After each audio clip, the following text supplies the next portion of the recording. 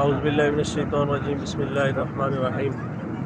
الصلاۃ والسلام علیک یا سیدی رسول اللہ وعلی آلک و اصحابک یا سیدی یا حبیب اللہ۔ کعبے کی رونق، کعبے کا منظر، اللہ اکبر اللہ اکبر، الحمدللہ ثم الحمدللہ۔ اللہ رب العزت نے ایک بار پھر اپنی بارگاہ میں حاضری کی سعادت بخشی اور الحمدللہ عمرہ شریف جو ہے وہ کمپلیٹ ہوا۔ یقیناً مالک حقیقی اپنے گناہگار بندوں کو اپنے قریب بلا کے، اپنے پاس بلا کے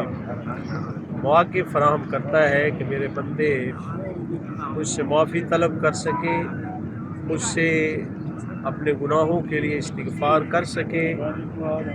اور میں یہ سمجھتا ہوں کہ جو گناہ وہاں پر معاف نہیں ہوتے، یہاں پر بڑی بارگاہ میں بلا کر ان کو معاف کرنے کا موقع دیا جاتا ہے۔ تو دعا یہی ہے کہ مالک حقیقی بار بار مجھے، تمام احباب کو، بلکہ جتنے بھی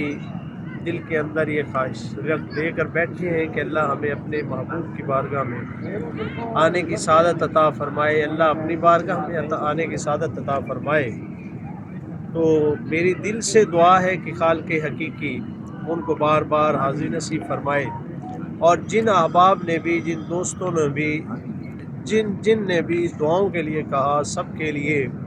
ڈھیر ساری دعائیں ہیں کہ اللہ رب العزت سب کو دلی نیک جائز تمنائیں، مرادیں، آرزویں جو ہے وہ پوری فرمائے۔ اور اسپیشلی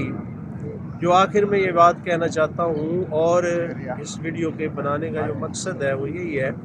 کہ جو آج کل ملک پاکستان کے اندر حالات ہیں، سیلابی صورتحال کا،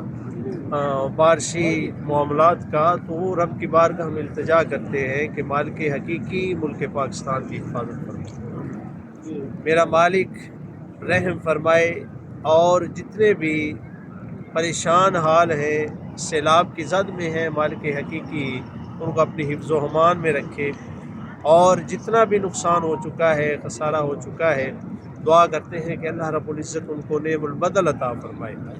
اور سارے معاملات جو ہے ان میں آسانیاں پیدا فرمائے۔